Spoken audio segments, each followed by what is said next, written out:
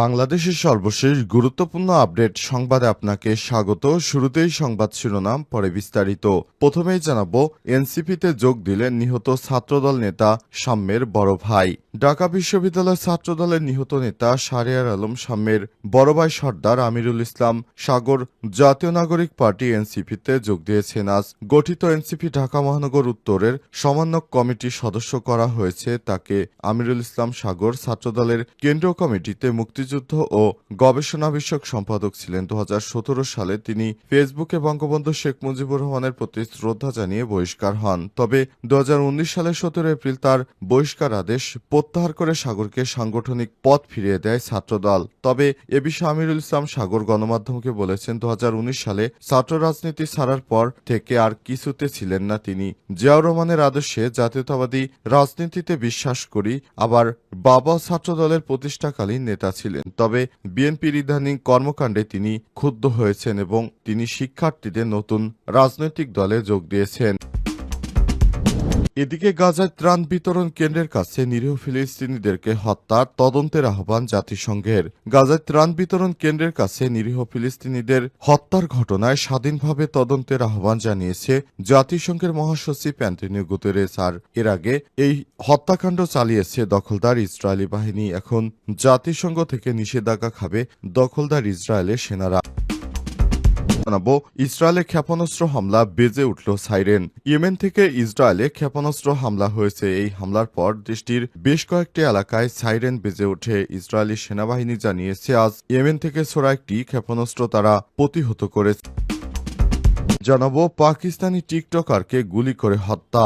পাকিস্তানে এক টিকটকারকে কাছ থেকে গুলি করে হত্যা করেছে এক ব্যক্তি। 17 বছর বয়সী ওই টিকটকারের নাম সানা ইউসুফ। আজ পাকিস্তানের রাজধানী ইসলামাবাদের G13 সেক্টরে সুম্বল থানায় এই ঘটনা ঘটে। প্রিয় দর্শক, এতক্ষণ শুনছিলেন সংবাদ শিরোনাম, এবারে বিস্তারিত।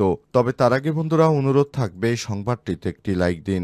এই চ্যানেলে আপনি নতুন হয়ে থাকলে আমাদের সংবাদটি দেখতে দেখতে চ্যানেলটি সাবস্ক্রাইব করে রাখুন। কমেন্ট করে বন্ধুরা আপনার মূল্যবান মতামত জানিয়ে দিন আপনি বিশ্বের কোন দেশ থেকে বা বাংলাদেশের কোন স্থান থেকে আমাদের সংবাদটি দেখছেন এবং শুনছেন।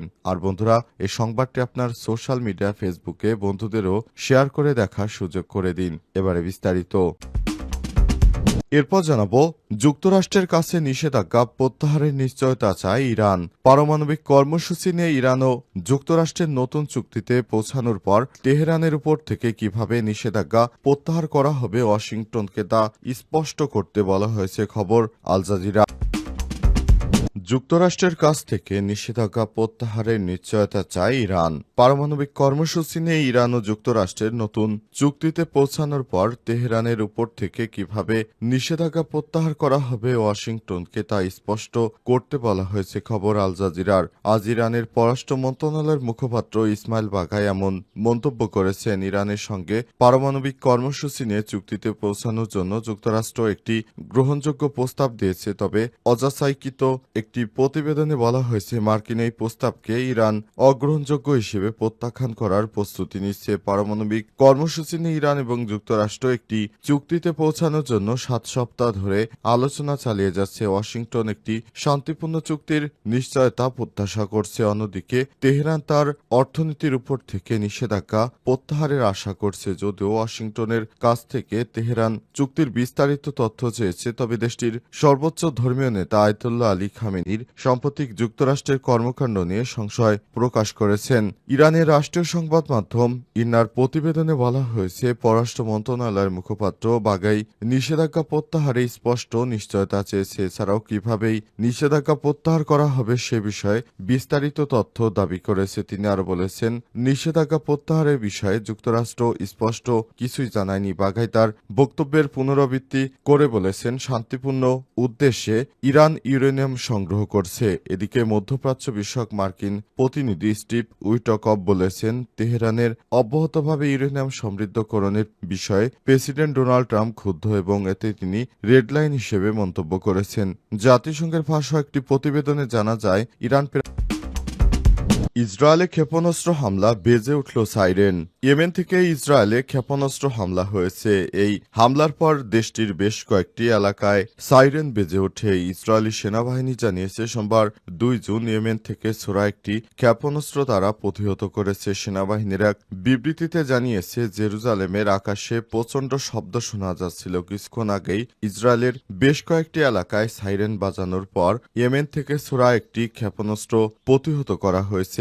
ইরান সমর্থিত হুতি বিদ্রোহী গোষ্ঠীরা আজ একটি হামলা চালিয়েছে বলেও খবর পাওয়া গেছে। তবে এসব ঘটনায় হতাহতের কোনো খবর পাওয়া যায়নি। ২০২৩ সালে অক্টোবর থেকে ফিলিস্তিনি গোষ্ঠী হামাসের উপর ইসরায়েলের হামলার পর থেকে ইয়েমেনের হুতি যোদ্ধারা বারবার ইসরায়েলে ক্ষেপণাস্ত্র এবং ড্রোন হামলা চালিয়েছে। ফিলিস্তিনিদের সঙ্গে সংহতি প্রকাশ করে এসছে সব বলে দাবি করে হুতিরা।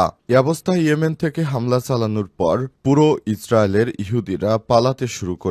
কারণ হামলার তীব্রতা এত বেশি ছিল, সেখানে পুরো শহর জুড়ে সতর্কতামূলক সাইরেন বেজে ওঠে। এই সাইরেন বাজার ভয়ে পুরো এলাকায় আতঙ্ক ছড়িয়ে পড়ে। দখলদার ইসরায়েলের সেনাবাহিনী প্রধান এবং নেতানিয়াহু পর্যন্ত সবাই তারা বাংকারে আশ্রয় নিয়েছে। অবস্থায় তারা তাদের আন্তর্জাতিক বিমানবন্দর বেন গুরিয়ন বিমানবন্দরে বিমান চলাচল সম্পূর্ণ বাতিল ঘোষণা করে। দীর্ঘ সময় পর্যন্ত দখলদার ইসরায়েলের আন্তর্জাতিক বিমানবন্দর বেন গুরিয়ন বিমানবন্দরে বিমান চলাচল বন্ধ ছিল। এনসিপিতে যোগ দিলেন নিহত ছাত্রদল নেতা শাম্যের বড় ভাই। ঢাকা বিশ্ববিদ্যালয় ছাত্রদলের নিহত নেতা শাহরিয়ার আলম শাম্যের বড় ভাই সর্দার আমিরুল ইসলাম সাগর জাতীয় নাগরিক পার্টি এনসিপিতে যোগ দিয়েছেন। আজ গঠিত এনসিপি ঢাকা মহানগর উত্তরের সমন্বয়ক কমিটির সদস্য করা হয়েছে তাকে। আমিরুল ইসলাম সাগর ছাত্রদলের কেন্দ্রীয় কমিটিতে মুক্তিযুদ্ধ ও গবেষণা বিষয়ক সম্পাদক ছিলেন। ২০১৭ সালে তিনি ফেসবুকে বঙ্গবন্ধু শেখ মুজিবুর রহমানের প্রতি শ্রদ্ধা জানিয়ে বহিষ্কার হন। তবে ২০১৯ সালের ১৭ এপ্রিল তার বহিষ্কার আদেশ প্রত্যাহার করে সাগরকে সাংগঠনিক পদ ফিরিয়ে দেয় ছাত্রদল। তবে এ বিষয়ে আমিরুল ইসলাম সাগর গণমাধ্যমকে বলেছেন, ২০১৯ সালে ছাত্র রাজনীতি ছাড়ার পর থেকে আর কিছুতে ছিলেন না তিনি। জিয়াউর রহমানের আদর্শে জাতীয়তাবাদী রাজনীতিতে বিশ্বাস করি। আবার বাবা ছাত্রদলের প্রতিষ্ঠাকালীন নেতা ছিলেন। তবে বিএনপির ইদানিং কর্মকাণ্ডে তিনি ক্ষুব্ধ হয়েছেন এবং তিনি শিক্ষার্থীদের নতুন রাজনৈতিক দলে যোগ দিয়েছেন। এ বিষয়ে আমিরুল ইসলাম বলেছেন গণমাধ্যমকে, ২০১৯ সালে রাজনীতি ছাড়ার পর থেকে তিনি কোনো কিছুতেই ছিলেন না। এরপর তার বাবা যেহেতু ছাত্রদলের প্রতিষ্ঠাকালীন ছাত্রনেতা ছিলেন, গতানুগতিক ধারার বাইরে গিয়ে জাতীয়তাবাদের রাজনীতি করার প্রচেষ্টা হিসেবে এনসিপিতে যোগ দিয়েছেন তিনি। উল্লেখ্য, গত ১৩ মে ঢাকা বিশ্ববিদ্যালয় এফ রহমান হল ছাত্রদলের সাহিত্য প্রকাশনা সম্পাদক শাম্য ও সোহরাওয়ার্দী উদ্যানে মুক্তমঞ্চের পাশে দুর্বৃত্তদের ছুরিকাঘাতে নিহত হয়। এরপরই আলোচনায় আসে শাম্যের হত্যাকাণ্ড নিয়ে পুরো ঢাকা শহরকে অচল করে দিয়েছে বিএনপির নেতাকর্মীরা। এরপর শাম্যের বড় ভাই আবার শিক্ষার্থীদের দলে যোগ দেওয়ার পর বিএনপির গালে একরকম চপেটাঘাত করার মতো।